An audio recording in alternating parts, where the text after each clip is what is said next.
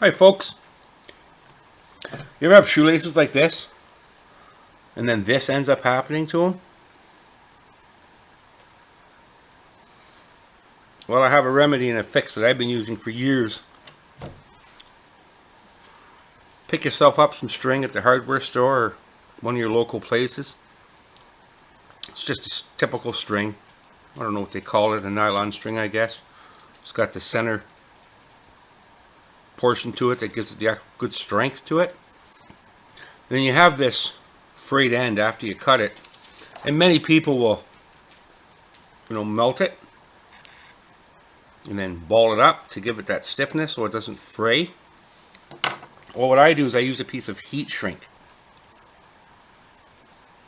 the right size of course. If you don't know what heat shrink is, Google it.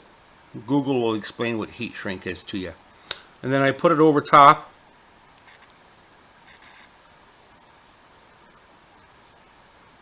a piece of string like so. I'm going to leave the string stick out a little bit because that inner fiber is right there. So I'm going to put it where the inner fiber is to get the most strength, and I'll trim this piece off here with some scissors. And I'm just going to use a lighter to shrink it up.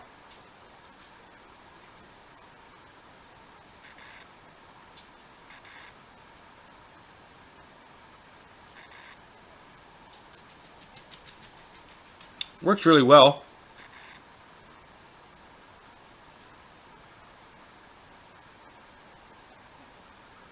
And it makes it much easier to lace it in your boot or your shoe or whatever the lace may be going into.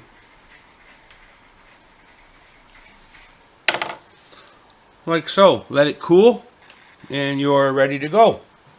I did this end already. There's the result. See, it's nice and stiff. It's on there nice and tight. And then you can put this stiff portion here through the holes of your boot or your shoe. Pull the lace through and continue on to the next hole. And you have yourself some really cheap shoelaces that hold up a long time. When this happens, I just throw this away and I make myself a new set. Well, thank you for watching. Subscribe if you have not, and thank you very much for those that already have.